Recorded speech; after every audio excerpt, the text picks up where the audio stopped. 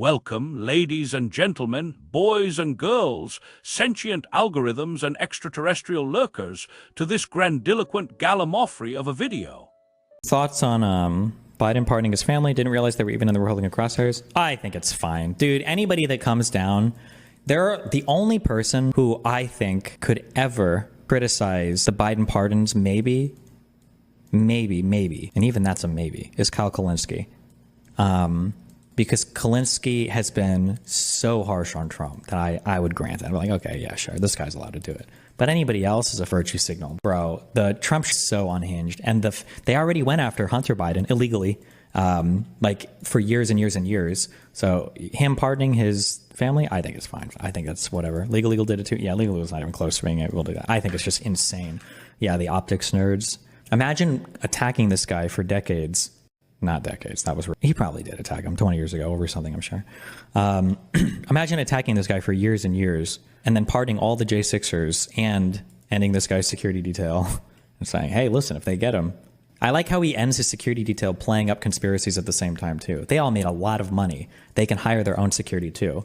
I don't know if you're aware of this, but when Trump says this is an allusion to the idea that Fauci made billions of dollars off of investments related to pharmaceutical companies during COVID, which I don't think there's nothing to substantiate literally any part of that whatsoever.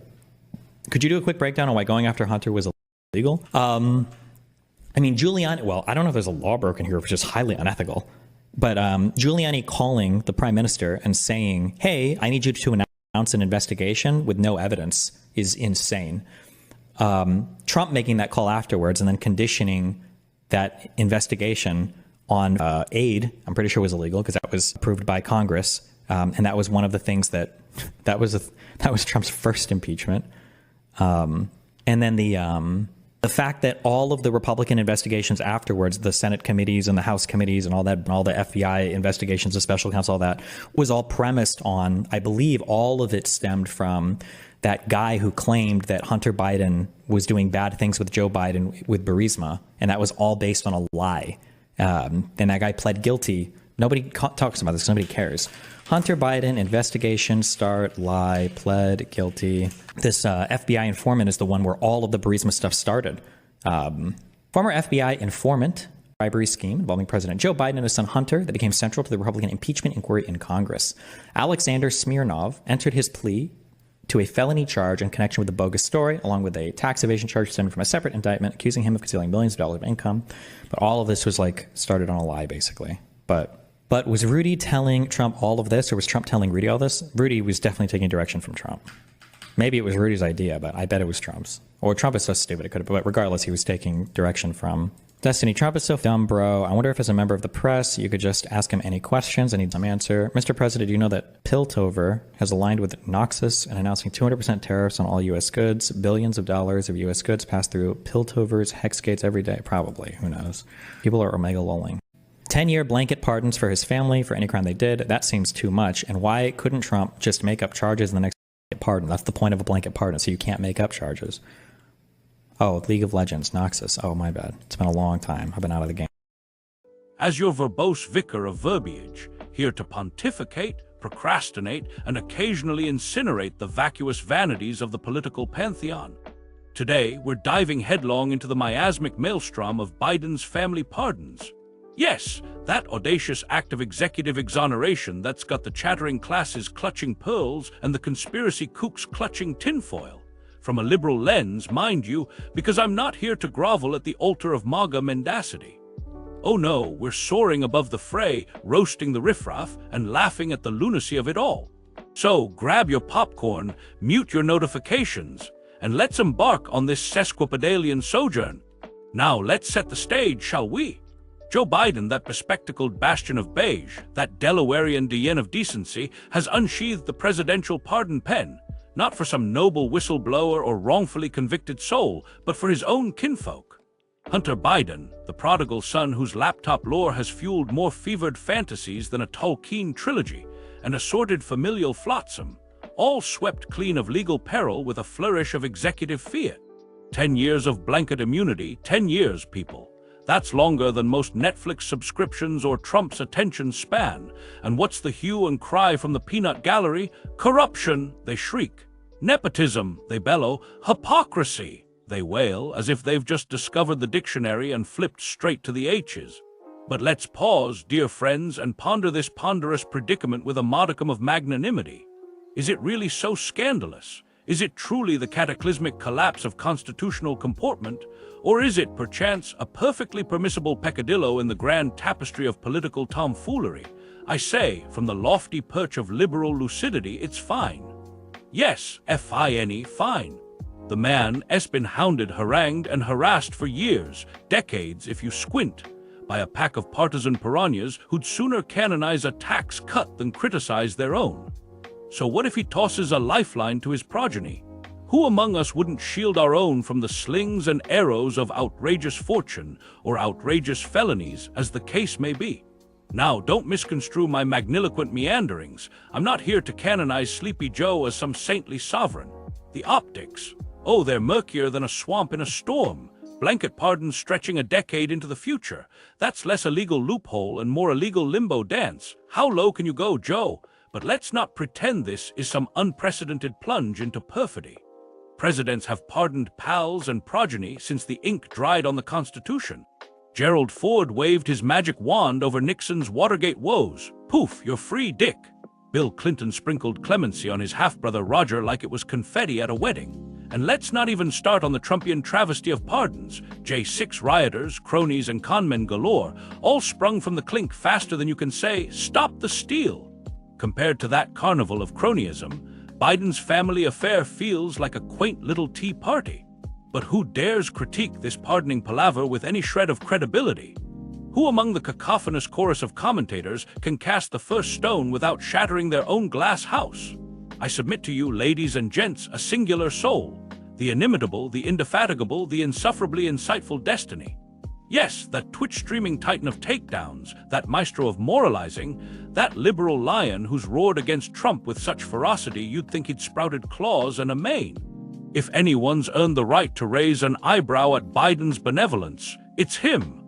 And even then, it's a maybe, a whisper, a fleeting flicker of skepticism. Why Destiny, you ask? Because this man has been a one-man wrecking crew against the orange ogre's oeuvre of outrageousness. He's dissected Trump's every tweet, every tantrum, every tariff with the precision of a surgeon and the glee of a stand-up comic. He's called out the MAGA malfeasance so consistently that I'd grant him a hall pass to critique Biden without batting an eyelash. Okay, Destiny, I'd say, you've earned your stripes, go ahead and grumble. But the rest of you? Oh, you sanctimonious scoundrels, you virtue-signaling vipers, you hypocrites hiding behind hashtags. Sit down. Your Trumpian toadying disqualifies you from the debate. You've spent years cheering a man who'd pardon a parking ticket if it came with a campaign donation, and now you clutch your pearls over Hunter. Spare me the sanctimony. I'd rather listen to a kazoo solo. Now let's swivel our spotlight to the saga of Hunter Biden, shall we? The man has been chased by the right-wing rabble like he's the last piñata at a party, stuffed with scandal and ripe for smashing. For years, yes, years plural, a veritable eternity in internet infamy, they've hounded him over Burisma, laptops, and Lord knows what else, waving pitchforks and printouts of emails like it's some grand inquisition. And what's the fruit of this frenzied furor? A big, fat, flaccid nothing burger. The whole hullabaloo kicked off with a lie. Yes, a lie, capital L, capital I, capital E, cooked up by an FBI informant named Alexander Smirnov, who since pled guilty to spinning a yarn thicker than a Tolstoy tome. This Smirnov scoundrel fed the GOP a fairy tale about Joe and Hunter scheming with Burisma bigwigs, a tale so tall it could have starred in a Spielberg blockbuster. And what did the Republicans do? They ran with it, ran like Usain Bolt with a baton made of baloney. Senate committees, House probes, special counsels, all built on this crumbling cornerstone of Codswallop. Trump himself, that golden-haired golem of grievance, leaned into it hard, pressuring foreign leaders, dangling aid like a carrot on a stick, all to conjure an investigation out of thin air. That, my friends, wasn't just unethical, it was illegal, a congressional-approved cash grab turned into a geopolitical game of telephone. First impeachment, anyone? Ding, ding, ding, we have a winner. And who was the puppet master pulling the strings? Was it Rudy Giuliani, that disheveled deacon of disinformation, whispering sweet nothings into Trump's ear? Or was it Trump himself, barking orders like a dictator directing a B-movie? I'd wager it's a bit of both. Ruddy playing the Igor to Trump's Frankenstein, stitching together a monster of mendacity that lumbered forth and fell flat. Destiny's right, Trump is so dumb he'd probably ask a reporter, "Hey, did Piltover just slap tariffs on us?" and then ban League of Legends when he realizes it's not a real place. The man's a walking caricature, a carnival barker with a comb-over, and yet his minions still march to his tune. But back to Biden's blanket bonanza, 10 years of immunity for his clan, a shield so broad it could double as a circus tent. Too much, you say, excessive, you cry. Perhaps, the optics are atrocious. Joe's practically daring the cynics to cry cronyism, while twirling his mustache like a cartoon villain. And why stop at 10 years? Why not 20? Why not eternity? To infinity and beyond, cries Buzz Biden, pardoning his way into the history books. But here's the rub, my perspicacious pals. That's the point of a blanket pardon. It's a preemptive strike against future fabricated felonies, a fortress against the Trumpian tendency to conjure charges out of thin air like a magician pulling rabbits from a hat. Imagine Trump back in power. Oh, perish the thought. Cooking up some cockamamie case against Hunter for, I don't know, jaywalking in Kiev or sneezing on a server. With no pardon, it's open season. With this pardon, it's game over. Checkmate, you conspiracy-crafting cretins. Sure, it's a bold move, a brash brushstroke on the canvas of governance, but it's not without precedent. Trump pardoned his J6 jailbirds, those flag-waving, fist-pumping fomenters of fiasco, and then had the gall to slash Biden's security detail while peddling Foss-I-Made Billions fantasies. They can hire their own guards, he crows, as if Secret Service is just Uber Eats with badges. The nerve, the audacity, the unmitigated gall. So let's roast the rogues, shall we?